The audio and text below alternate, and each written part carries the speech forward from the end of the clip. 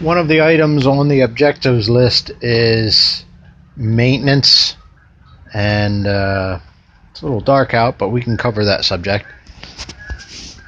This is a Cat 416C backhoe, and we'll use this for general principles of maintenance.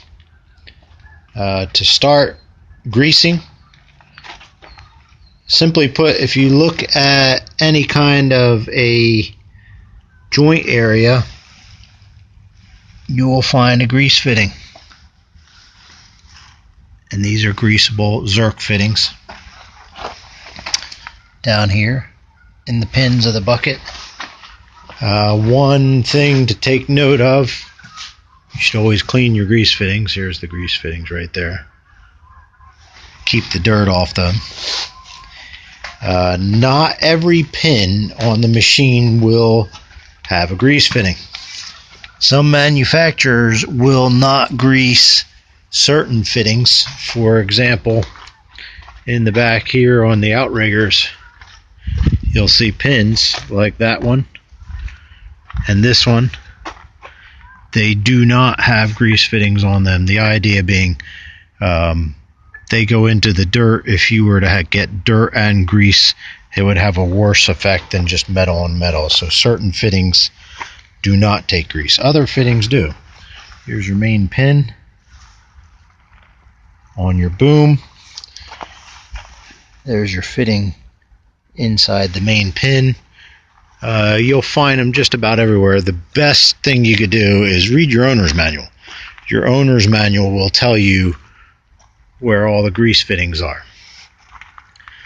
and what type of grease to use.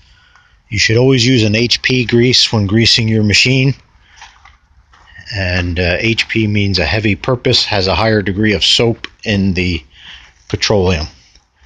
This Cat has single cylinder ram in the middle. Some have 2 rams. Before you start it, just like your car, you should check your fluid levels. Pretty simple on this one. Here is your brake fluid. These are your 2 fluids for oil, your transmission, your rear, engine oil fill, engine oil dipstick, just like a car, and antifreeze. Also, something to take note of, might not be able to see it too well, that is your chart for where all your grease fittings are located and where all your fluid checks are. So it's always nice to look under the hood, see what's there.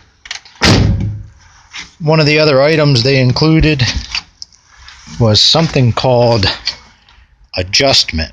I'm not really sure what they meant by adjustment.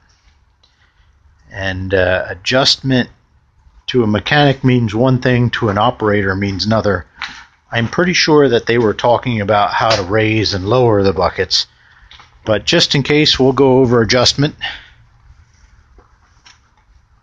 This here is your adjustment for your auto leveling bucket. What that means is as you raise the bucket up, it will automatically stay at whatever level you had it when you started raising it up before you started to pitch it front and back. That is technically the only adjustment that a non-qualified individual should ever be touching. I don't even think a non-qualified individual should be touching that one. And this rod here is the one that actually makes that happen through this lever. As for adjustment, I really think they meant operation, how to raise and lower the bucket. So we'll go over that in just a moment.